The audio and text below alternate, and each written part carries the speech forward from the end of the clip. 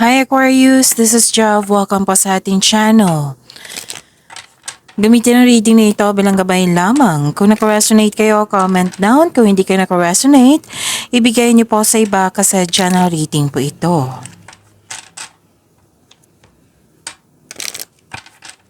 This is for you, Aquarius.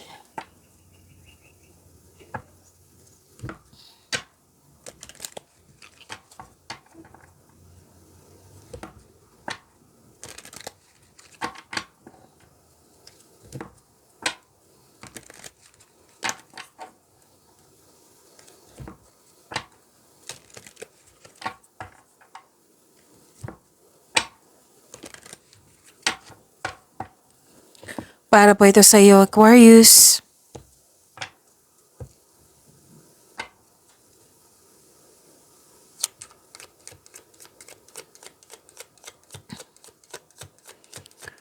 Maraming salamat po sa inyong patuloy na suporta at maraming salamat din po sa mga hindi nag-skip ng ads. Sa mga hindi pa nag-subscribe, subscribe na po kayo at click bell notification para malaman nyo na may bago tayong video. Para sa mga gustong magpa-reading, comment po kayo ng personal reading. Again, comment kayo ng personal reading and check my reply sa comment section.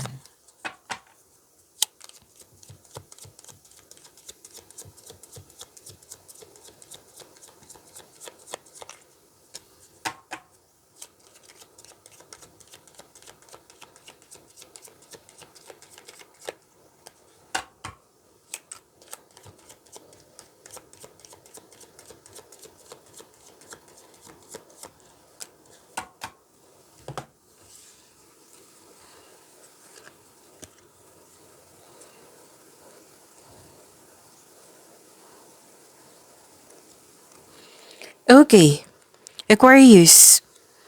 Wow, dalawang card na mismo nagsabi dito na may parating na malaking pera. Claim niyo po. Ang ilan sa inyo makakatanggap ng malaking pera or pwedeng cash. Pero may nakita ko dito ang check eh.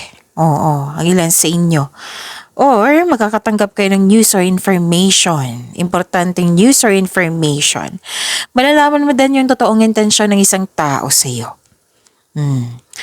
So, harvest time? Yes, harvest time. Harvest na tayo, Aquarius.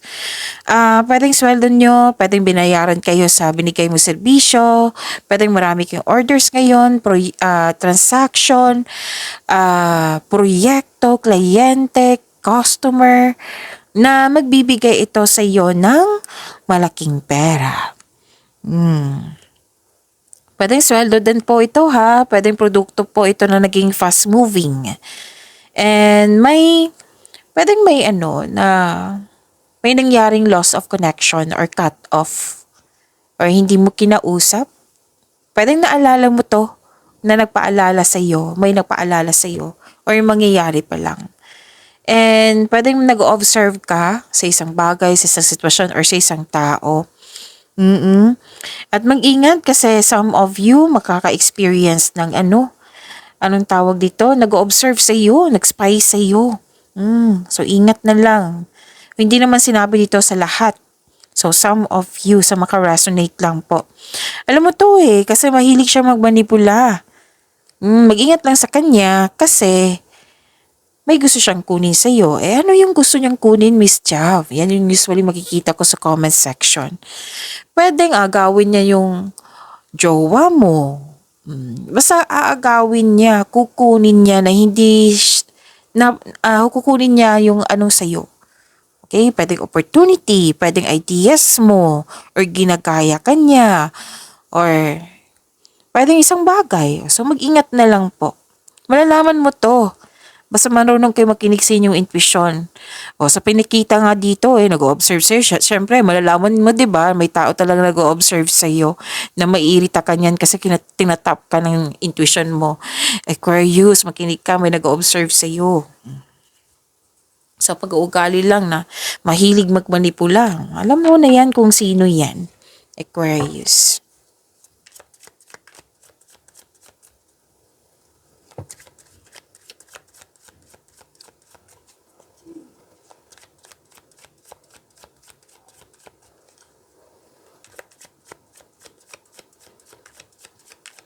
Energy po ni Aquarius.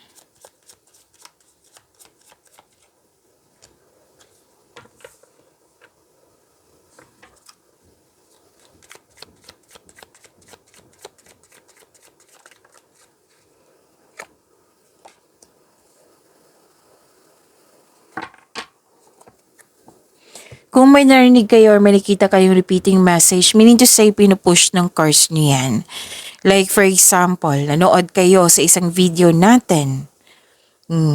Tapos dito sa video reading nyo at may napansin kayo, teka, naulit to ah. So yan yung pinupush ng cards nyo na kailangan yung bigyan ng atensyon, solusyon, at aksyon kung maaari po. So ano yung energy ni Aquarius? So, saglit lang po, inom muna ako ng tubig.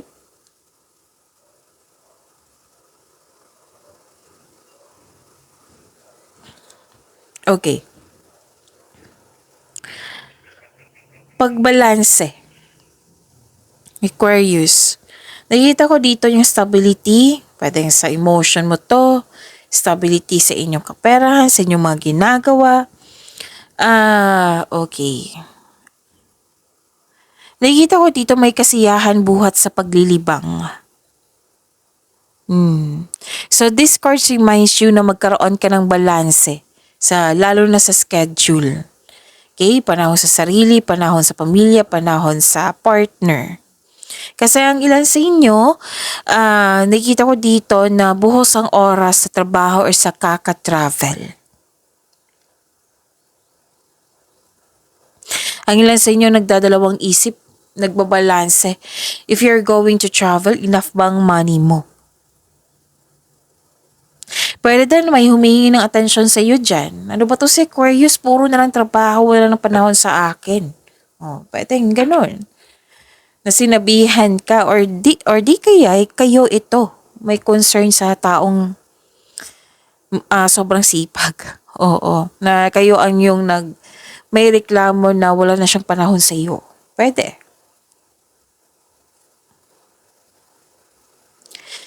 Pwede din ito. Regarding yung nagbabalanse kayo sa money, di ba? If you're going to travel, enough ba ang money mo? So, ang advice ng card dito, tamang pag-manage uko sa financial at budget para mas lumago pa ang inyong kaperahan.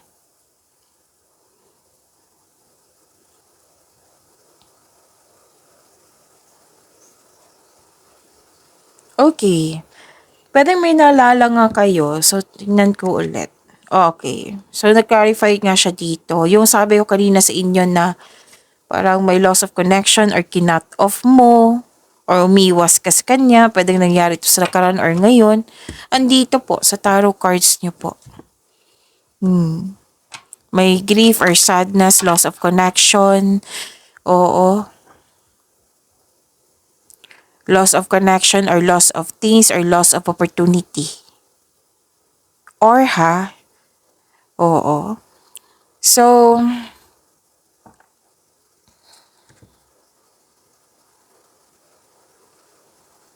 okay. So, disappointed at the same time. Sabi ng card, i-acknowledge mo yung nararamdaman mo. Kaya nga may kailangan dito ng pagbalanse, lalo na sa inyong emotion. Ito yung sabi sa dalawang cards mo. Pagbalanse sa inyong emotion din. Kung kailangan iiyak nyo. Kasi huwag kayo matakot mag-iyak kasi it cleanses our soul. It relieves stress, ease pain. Pwede din, nakaligtaan nyo yung opportunity na sana'y kailangan nyo ngayon. Nakaraan na yun. Kaya nga may sinasabi mga cards nyo, di ba? Sa araw-araw na kung may ipaalam sa iyo ang cards nyo, di ba? May sabi na pag-isipan na mabuti konkretong plano. Yan talaga yung pinupush ng cards nyo para walang at the near future, walang pagsisisi. Yes, nagsisisi ang ilan sa inyo dito kasi nga may na-miss. Pwedeng tao, bagay, pwedeng opportunity. Don't worry, Aquarius. After nito, may parating na new direction po. So, dito na tayo mag-focus sa direction. You have to let go of this kind of emotion para matapos na.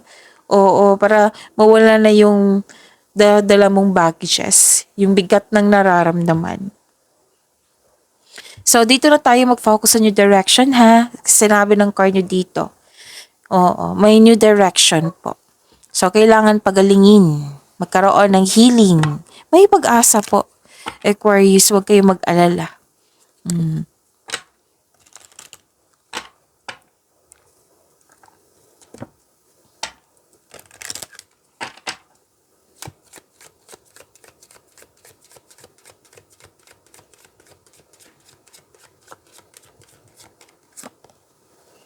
The magical and unique qualities of your untapped potential are unfolding now. Excuse me, kailangan ko mag-burp.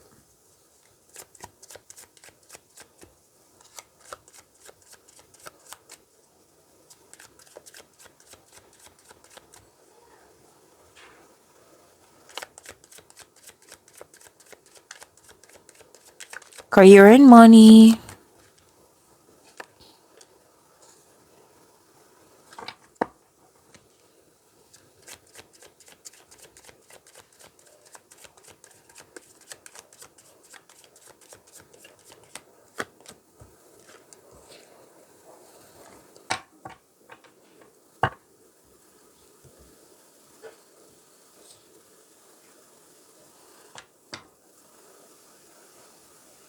Okay, so career and money niyo po.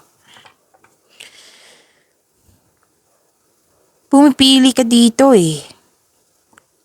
Possibilities, pwede din nag-daydream kayo. Actually, daydreaming is good. For me, ha? Oo. Kasi may time ka for yung mga possibilities na mangyayari, may kasamang yung mga potential na mangyayari. Oo. Oh, paglabas dito na, ito yung mensahe na may potential. So mga ginagawa mo dyan, may potential po, may pag-asa po, may potential na magiging successful. Pwede. So, kaya may sabi dito na mag-move forward kayo into a new direction. Kasi nga, may potential na magiging successful o na makukuha mo yung gusto mo.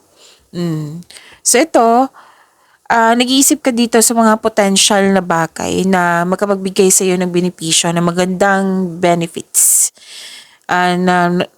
Nagmuni-muni kayo ngayon, nag-iisip ng mga plano or pangarap sa buhay, nag-iisip ng mga desires sa buhay.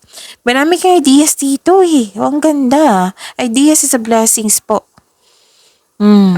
So you're very inspired ngayon. Nagpaplano ka ng dagdag investment. Para magkaroon ng financial growth. Okay. Ang ganda ng mga ideas mo. Pumipili ka dito ano yung much better, yung magkapagbigay talaga sa akin ng malaking pera. Example yan. So may dito, nagpaplano ka ng dagdag investment para magkaroon ka ng financial growth at mas lumaki ang pangarap mo, kaya nagpaplano ka ng dagdag investment. Nagplano kang mag-level up, pinagigihan mo pa yung trabaho mo para may promotion.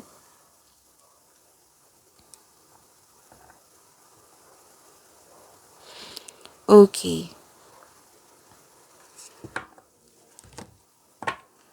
Okay. Ayusin ko lang.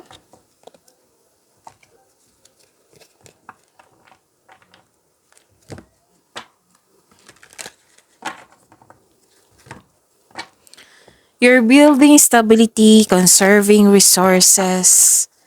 Oo. May structure din ako nakikita dito.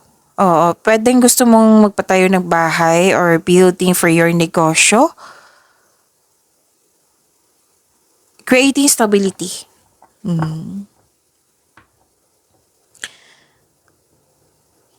Okay, posibleng may regalo, alok, or pamanang parating. Oo. Kitang-kita ko yung hard work mo dito. You're very matalino. Vinavalue mo ang pera at hindi ka madamot at the same time. Oo. So, may advice ang card niyo po dito regarding sa inyong pagkakaroon ng disiplina sa pera. Like, marunong ka mag-handle ng money, nag-iipon ka talaga, yung pwede din higpit sinturon, ayaw mo maggasta. O, pwede yung ganyan. Um, yung kung paano ka magdisiplina sa iyong lalo na sa iyong kaperahan. Pwede na naman sa iyong trabaho, pero most likely pera to eh. Oo. Sabi ng card na itong pagtitipid mo, itong pag-iingat mo sa pera, sa naipons, ah, this will lead you to have a financial abundance and personal growth. Yayaman ka niyan. Kung patuloy mo itong alagaan. Oo, yung pagkakaroon mo ng disiplina ha, pag-iingat sa pera, yayaman ka niyan, sabi ng court. Hindi ko sabi yan ha, sabi yan ng court. So, bigyan ng panahon ng sarili din. Kumbaga, pamper yourself. Deserve mo yan. Like, for example, trabaho ka ng trabaho, tapos sira na yung sapatos mo, yung daily, yung ginagamit mo daily, oo, sa trabaho. Kailangan mo din, yung bumili ka ng sapatos for you kasi gagamitin mo yan eh. Deserve mo rin na magkaroon ng bagong gamit, bagong sapatos. So, example po iyan. Ang ilan sa inyo nagtrabaho sa abroad or may balak kayong mag-abroad. Para makapag-ipon ng malaki. And yun, kitang-kita ko dito, conservative ka sa inyong money. Lalo na sa investment mo. Kasi nga, you want more. Yes, naabot mo na yung mga financial stability. Gusto mo talaga na mag-maintain yung financial maturity mo. Financial security. Kaya sobrang focus mo dito sa trabaho mo. You're saving money for your future or may specific goal ka kaya sobrang ingat na ingat ka sa kaperahan mo. Yung sinabi ko kanina na some of you naman, hindi naman lahat. Yung structure, may nakita ka sa contract structure, baka it might be. Yan yung dahilan na nagsikap ka, na nag-iipon ka talaga, na ayaw mo talagang gumasta sa hindi mo need. Oo. So, it might be this is bahay or magtayo ka ng negosyo or another branch. Okay? So, nakita ko din dito yung pagiging generous mo at the same time. Kasi since giving to others brings more prosperity sa ating buhay.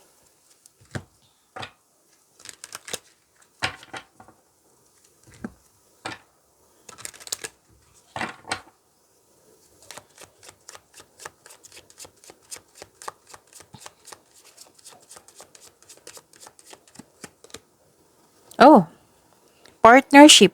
Joining forces with business partners for win-win cooperation.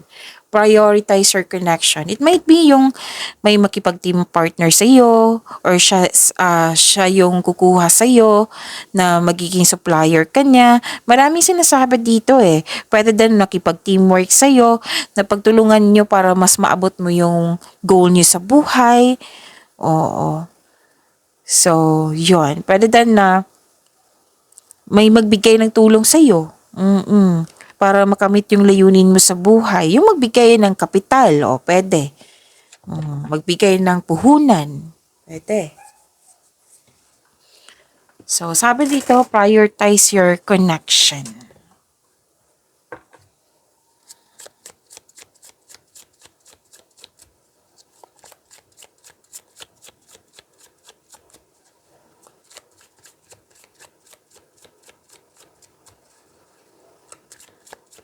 Love, life, self-love, partnership, and romance ni Aquarius.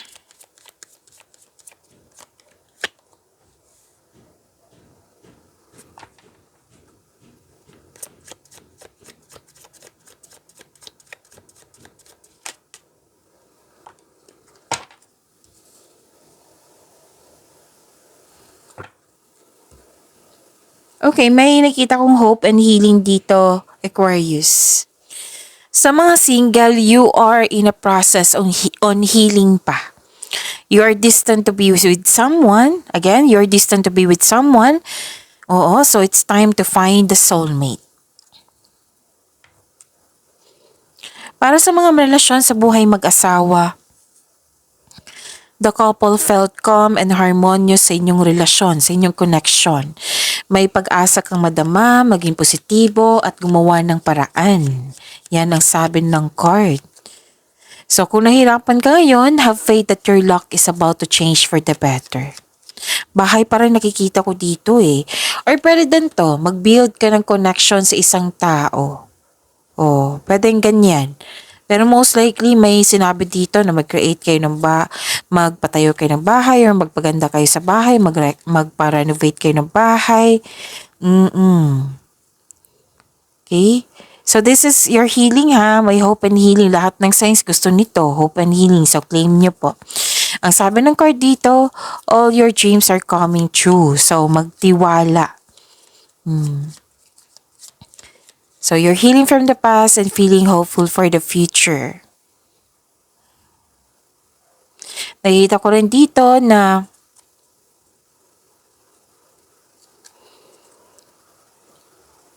dalawang card kasi nagsabi dito na mag-focus kayo sa mind healing instead of suffering.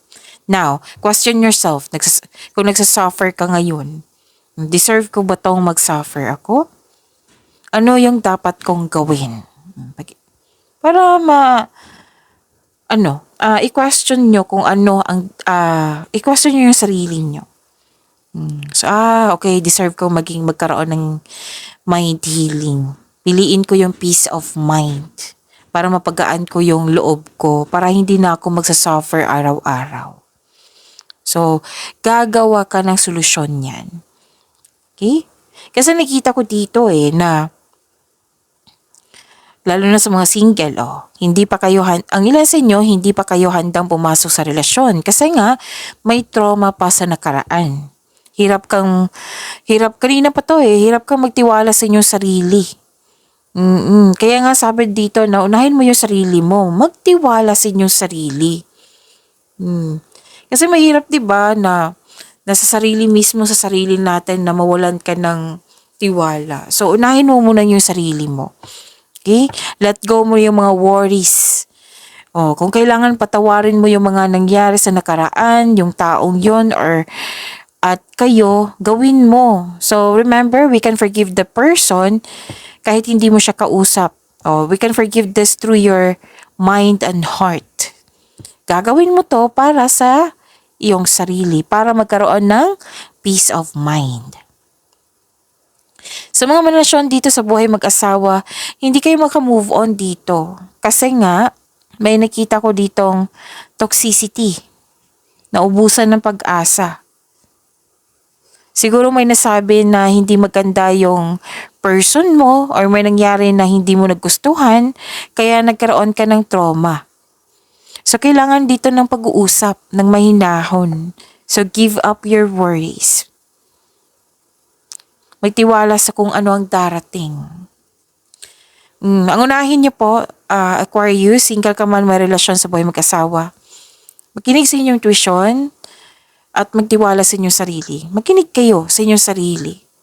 Huwag niyong pangunahin ng negativity. So, iwasan niyo talaga yung negativity. Kasi yan yung nakikita ko Oo, na mag-create kasi yan ng blockages. So, think positive na makabangon ka ulit. Okay? Parang na-stress ka na dito.